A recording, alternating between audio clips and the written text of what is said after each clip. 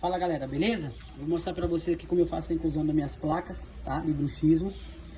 Fiz aqui as retenções para depois voltar no articulador. Estou utilizando o gesso pedra branco, tá? Da Polidental.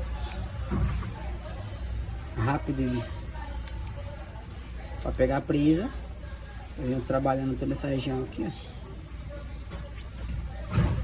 Vou deixar aqui só exposto mesmo a cera.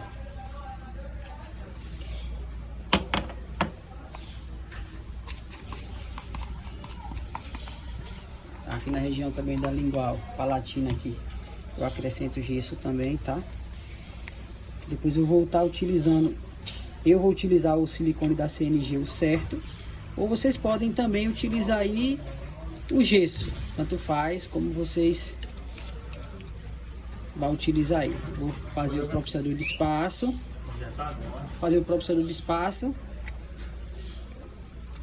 Aqui nas bordas eu vou deixar limpo, tá? O gesso Arctic Stone é rápido para pegar presa, então já está endurecendo. Tem que ser rápido aqui, ó. Não posso deixar nenhum tipo de retenção. Viu? Aqui as bordas eu tenho que deixar bem. Aqui fui jogando um pouquinho de água, tá? É no dia a dia mesmo. Como vocês podem ver, a pia tá aí suja. O negócio aqui pega.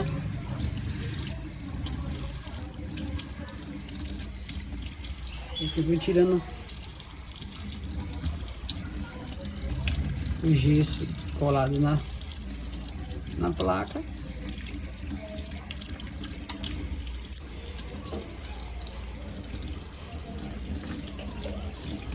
Então é isso aqui, ó, como vocês podem ver. Agora eu vou verter o silicone e vou fechar minha mão, beleza?